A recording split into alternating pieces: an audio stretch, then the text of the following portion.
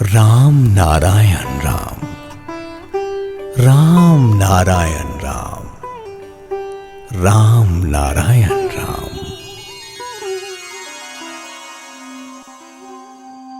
वास्तव को केंद्र कर वास्तविक विषय वस्तुओं के माध्यम से हर वस्तु को देखो और उन पर विचार करो। सृष्टि की विषय वस्तुओं का निरीक्षण करो तो पाओगे कि सब कुछ गणित की तरह सजा हुआ है, सूत्र की तरह सब नियम से बंधे हैं। उस सूत्र को पकड़कर कार्य करने पर कम या अधिक सभी को कुछ ना कुछ अवश्य मिलेगा। किसी ने पढ़कर बीए पास किया और कोई नहीं कर सका, इससे किसी का ज्ञान कम नहीं हुआ। जो पास नहीं हो सका, उसके पास ना होने के पीछे कोई अन्य बात भी हो सकती है। उसके लिए ये नहीं कहूंगा कि उसे कोई ज्ञान नहीं मिला। पास ना करने से उसे प्राप्त विद्या समाप्त नहीं हुई। 2-3 वर्ष के प्रयास से उसने जो ज्ञान अर्जित किया है वो उसके अंदर ही रह जाता है, इसलिए उसका कुछ नहीं हुआ ये बात तो नहीं कह सकते। पास करने का सूत्र तो वो जान चुका है। इस सूत्र के अनुसार परिश्रम करने पर वो एक बार में ना हो, दूसरी या तीसरी बार अवश्य पास हो जाएगा। उस सूत्र पर कार्य करके ही अनेक लोगों ने बीए पास किया है। क्या आज तक दर्शन, सिद्धि, मुक्ति का कोई सूत्र मिला है? जिस सूत्र का सहारा लेकर आगे बढ़ने पर सफलता पाई जा सके, वो सूत्र भले ही अति कठिन हो, फिर भी अगर जन साधारण को जरा सा भी अनुभव हो पाता कि मन प्राण से प्रयास करने पर ऐसा होगा ही, तब भी एक बात थी, इतना सा विश्वास भी तो उसमें नहीं आया। विश्वास नहीं हुआ, इसका कारण है प्रत्यक्ष प्रमाण का अभाव। किसी भी कार्य से पहले उद्देश्य के बारे में स्पष्ट और सटीक धारणा और उसके अस्तित्व का प्रमाण।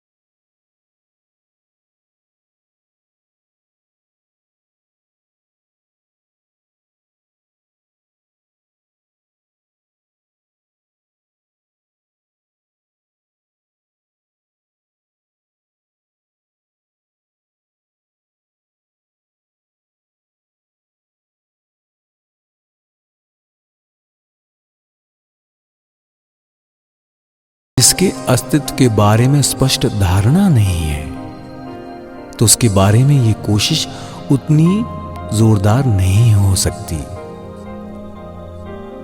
प्रत्यक्ष रूप से जिस वस्तु का अनुभव नहीं किया जा सकता, केवल कागज और कल्पनाओं पर निर्भर होकर कोई भी उस वस्तु की ओर अग्रसर नहीं हो सकता। सुना जाता है कि बहुत लोगों ने साधना कर शरीर को खोया है, कंकाल बनकर अंत में अनुभव पाया है। उनके आकुल आग्रह, उनकी कठोर साधना, उनका कृच्छ साधन, सब कुछ आंतरिक था। इस बात को स्वीकार करता हूं, लेकिन उन्हें जो अनुभव हुआ है, उन्हें कुछ मिला है, इस बात को पूरी तरह से नहीं मान पा रहा हूं। यहां एक द्वंद्व बना रह जाता है। जिस प्रकार प्रकृति रहस्यमय है, उसी प्रकार नियमों के संबंध में वास्तविकता पर आधारित जानकारी भी है। उसका बहुत कुछ अनाविष्कृत है, रहस्यमय है, लेकिन एक बार जिसका आविष्कार हो चुका है, वो वस्तु परवर्ती समय में सभी समान रूप से समझ सकते हैं और उसका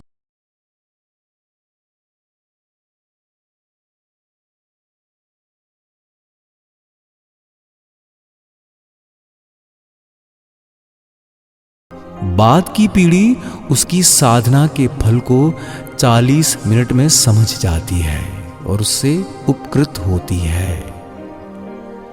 वास्तविकता का हर क्षेत्र ऐसा ही है।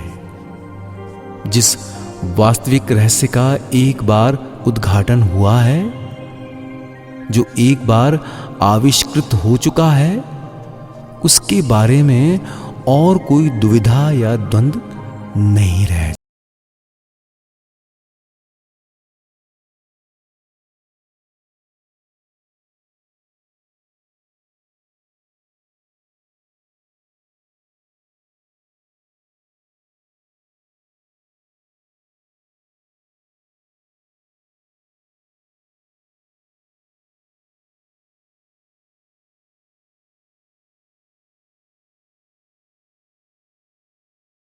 का विषय अगर वास्तव या विषय हो तो उसका सूत्र या नियम विधि पता चल चुकी होती।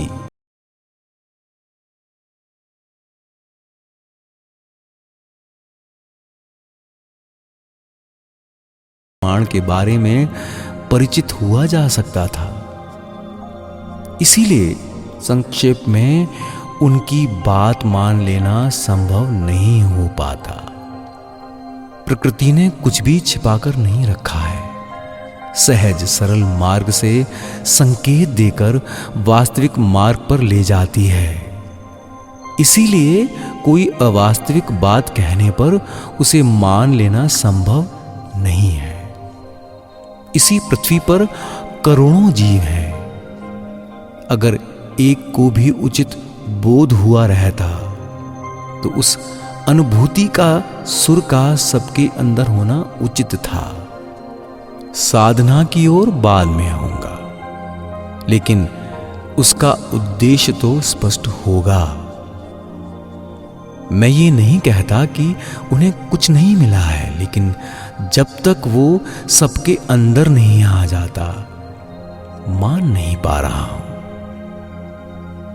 आज के लोग यही ठोकर खाते हैं और विभ्रांत होते हैं।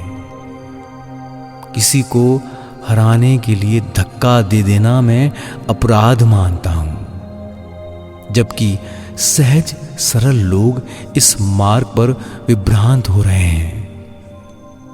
निर्दिष्ट मार्ग पर अग्रसर होकर भी उन्हें कुछ नहीं मिल रहा है। तब उन्हें समझाया जाता है कि अभी तक उनका काम भाव दूर नहीं हुआ है। अभी भी वो 6 शत्रुओं का त्याग नहीं कर पाए हैं, इसीलिए वो सफल नहीं हो पा रहे हैं। सरल लोग यही बातें मान लेते हैं और अपनी असफलता को स्वीकार कर लेते हैं। अगर ये उस मार्ग की बाधाएं हैं तो किसको सिद्धि मिली है, ये मैं जानना चाहता हूं। आज इतने दल, इतने संप्रदाय हैं। अगर आज वास्तव में अनुभूति के राज्य में जाकर पहुंचा जा सकता तो इतने दल और संप्रदायों का विभेद विच्छेद नहीं होता। अनुभूति के राज्य में पहुंचकर सभी एक सुर में रहते। दल संप्रदाय वहीं बनते हैं जहां हारने के उद्देश्य से पथ पर जाकर हाथ में कुछ नहीं आता, फिर भी गद्दी और आसन कायम रखना होता है। इसके बारे में पहले भी बहुत कह चुका हूं, अब इस पर चर्चा नहीं करना चाहता। बहुतों को तकलीफ होगी। केवल इतना कह दूं कि प्रकृति की सृष्टि में प्रमाण के बाहर कुछ भी नहीं है।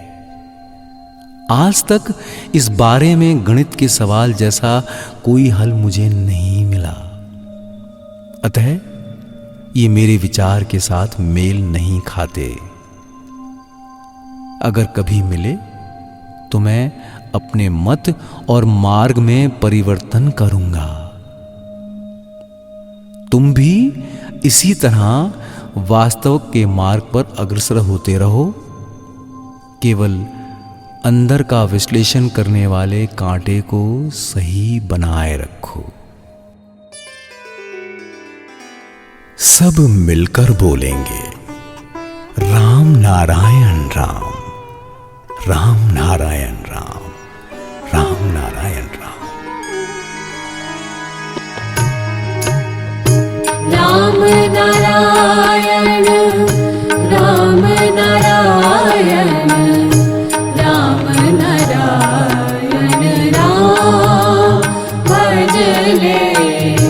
राम नारायण राम नारायण राम नारायण राम भजले। राम नारायण राम नारायण राम नारायण राम।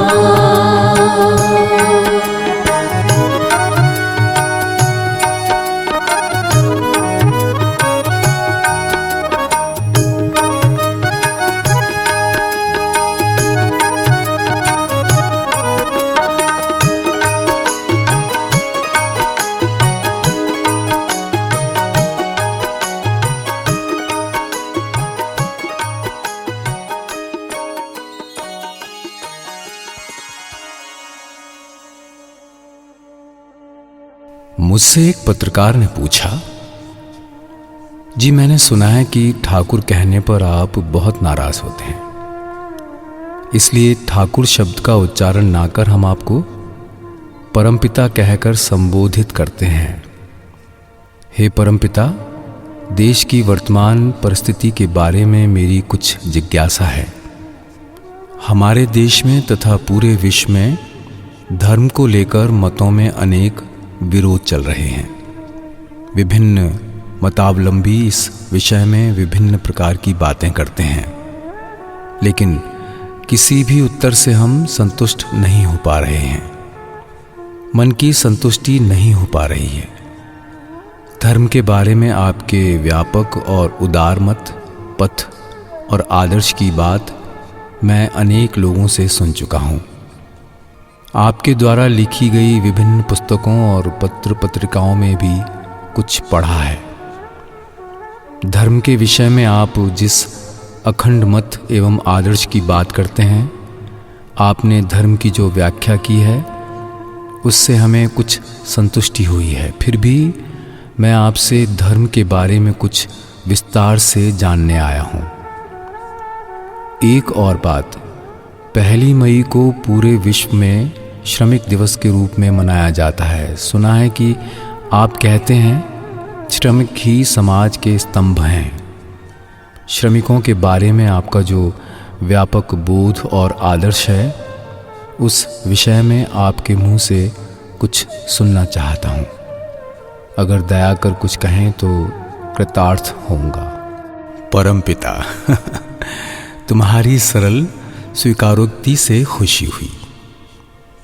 मैं ठाकुर, देवता, भगवान, अवतार इत्यादि किसी भी नाम से परिचित नहीं होना चाहता। तुमने सही सुना है। मुझे इन अलंकारों से सज्जित होने की कोई आवश्यकता नहीं है। माता पिता ने मुझे जो नाम दिया है वही मेरे लिए पर्याप्त है। ठाकुर शब्द का यहाँ जो अर्थ समझा या समझाया जाता है, ठाकुर शब्द की जो आख्या, व्याख्या, विवरण या तत्व है, उसके प्रमाणित ना होने तक किसी को ठाकुर कहना मुझे पसंद नहीं है।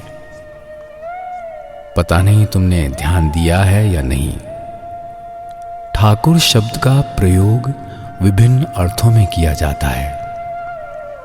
देवता भी ठाकुर हैं। मठ, मंदिर और घर की सभी मूर्तियों, विग्रहों को ठाकुर कहते हैं।